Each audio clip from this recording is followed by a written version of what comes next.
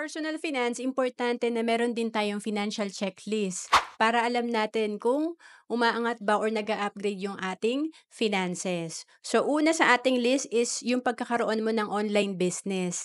Siyempre, mas maganda yung cash flow natin or income kung meron tayong negosyo at mas maganda kung nagagawa natin to ng online. Para umaraw man or uminit, talagang tuloy pa rin yung negosyo natin. And then pangalawa, dapat meron kang emergency fund. Ito yung dapat may laman yung savings account mo para meron kang mahuhugot in case na may magkasakit sa pamilya or magkaroon ng emergency. And then pangatlo, protection.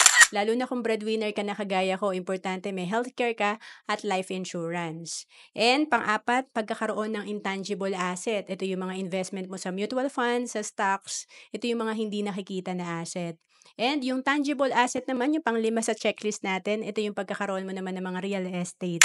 And kung titignan natin yung checklist natin, ito yung pagkakaroon natin ng solid financial foundation. Hindi pwedeng puro investment lang nandun yung pera natin. Kailangan din may emergency fund tayo, may insurance, at may magandang cash flow. To know more about savings and investment, message mo lang ako sa FB, Roan Celis Capistrano.